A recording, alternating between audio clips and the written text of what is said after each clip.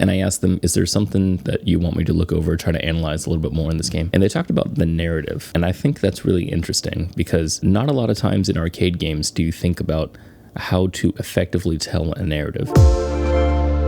Hi there, welcome to Games Over Coffee Consulting. People give me their games and I give feedback on their game design. My name is Devon and today we're talking about Attack of the 5-Foot Fish. This game was made by Sofesk. This game is hilarious. I really like this game. You play as a starfish. You attack people on top of a pier. You attack them by ripping off your limbs one by one, and each limb explodes as it hits the pier, sending people into the water. And while you're doing that, you have to make sure to stay away from other predators that are down there, which apparently include crabs and sharks. So that's the gameplay, and it's really funny, and I love the simplicity of the game. I really love at the end of every run that you do, there's a title that says, "Is your wrath sated?" I love that the score is like, you have like hundreds of points out of 8 billion, that all scores are translated into some sort of scientific notation. The sound effects on this game are on point. It's pretty great. And I also like the music. Like the music is kind of catchy. So that's the gameplay, right? It's a very simple game. It takes about 30 seconds to play. It is an arcade game. There's also, I checked out also some of your other games on your itch.io page. You had one that was like a bouncing ball kind of platformer.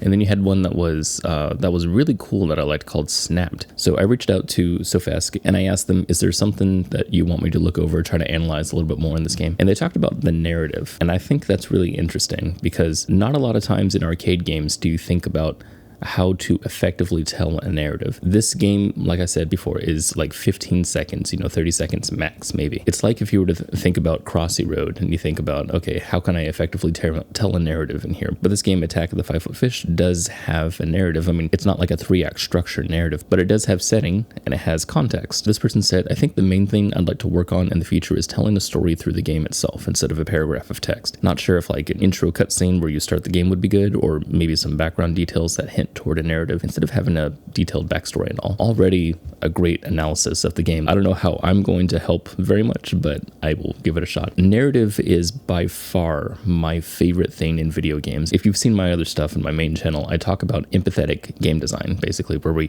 talk about narrative inside of a game and how to effectively tell that emotionally through the mechanics. Arcade experiences are a little different than, that of your regular narrative game. So when I think of a narrative game, there's a ton of different ways that you can put narrative into your game. But when I think of them, I think there's around 3 different ways that I believe are the main different ways, maybe 4 different ways. The first one is to have a backstory, right? The backstory is just the cinematic or the paragraph of text that just exists. The second is a visual story. This one I also don't like, but there's a lot of games that do this where they play with cinematics, so they have interspersed story in between gameplay moments, and they just basically separate the story from the gameplay itself. And then you have gameplay that is the story, right? You're playing through the story itself, something like Portal or something like Gone Home, where you doing the things is the story, right? That's my favorite thing because I believe that is interactive storytelling. And then you have framed storytelling. You're telling a bigger story with a small amount of gameplay that's framed by something bigger. I'm sure I'm missing one, but those are the ones that come to mind. What I do want to talk about really quickly are some of the basic game design elements that are in here, because it depends, again, on the experience that you're trying to deliver. But what I think is happening here is a split between classic arcade play and a little bit of narrative play. When you play the game, it feels arcadey, right? It feels like a shooting gallery, basically. But there's a sense of finality to it, and there's a sense of narrative to it because of a few things. One of them because you are a starfish and you only have 5 limbs and you're self-destructing. You're basically doing a kamikaze. Like this person said when they submitted this game, they said that they wanted the player to have a sense of futility to their actions, which I think is awesome. So there is, a narrative type of thread that we're writing here. However, there's also points involved. And you, the dev, even asked me, how far did I get? How big of a score did I get? 350 was my best score. That was really difficult to get. The idea here is that we also have a high score chaser, right? A high score element to this whole game. And that's I guess you could say the arcade element of this game.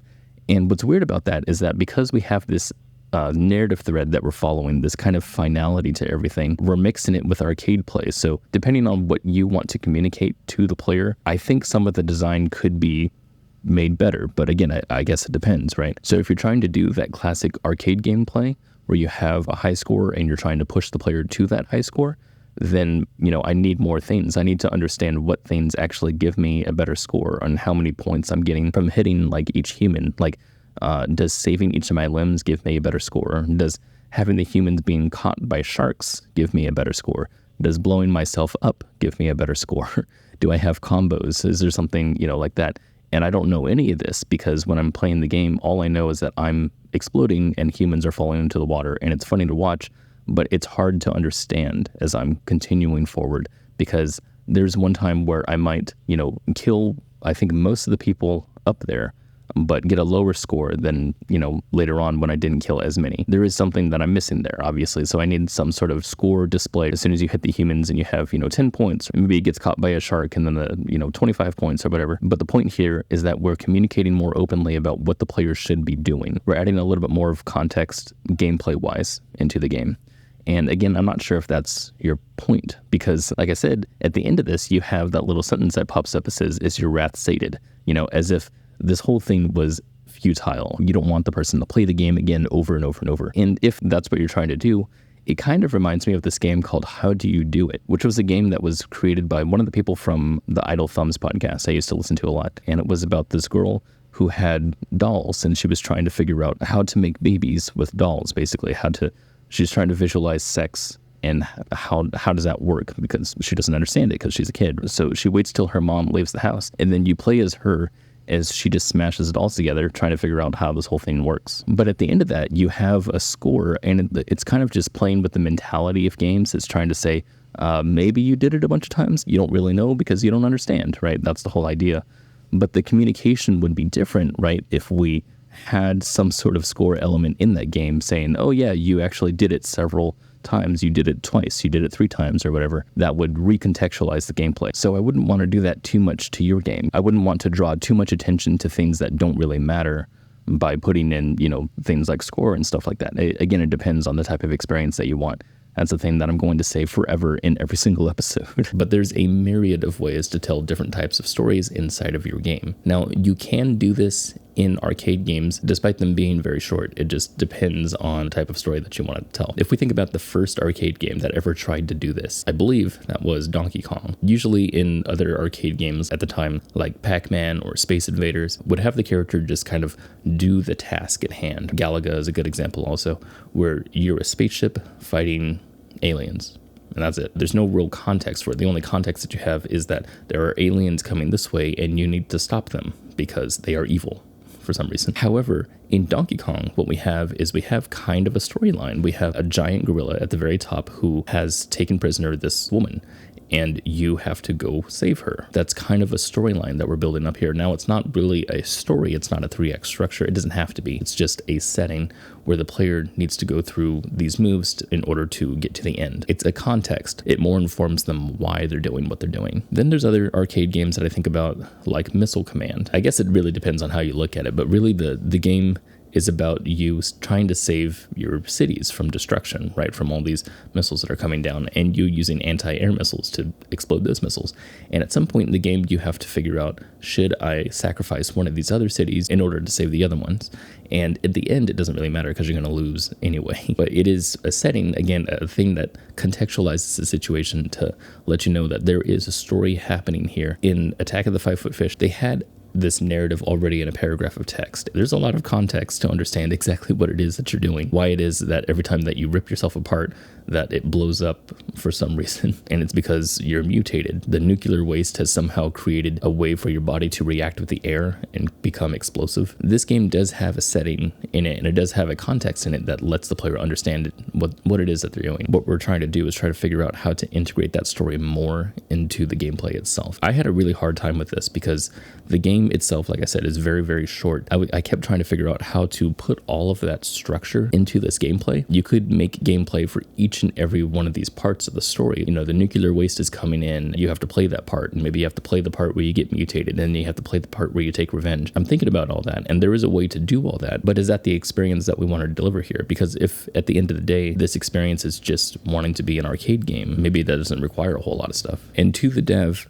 I believe you already saw this when you analyzed your game. You said maybe some more background details that hint toward a narrative instead of having a detailed backstory. What I'm thinking is that you just create more of a setting that better contextualizes what the story is about. And that means more than just green water, right? You'd want to have maybe an animation of something dumping nuclear waste into the ocean, maybe just have that as a background, or maybe the people that are walking up on the pier, maybe all those people are part of this problem. Maybe the people are contributing somehow to this pollution. Maybe they're dressed in uniform and they're like dumping this stuff into the ocean, or maybe they're just the beachgoers like you have, and they're throwing trash into the ocean, like actively. I think adding something just as simple as that would basically better clarify what's happening here in the game. There are other ways to do this though. That's just adding simple things to the background, and I think really that's all you need. But if we were to think about different and more interesting ways that we can add a story into this game, one of the things I like to think about is more context. One of the games that I always like to talk about is Pony Island.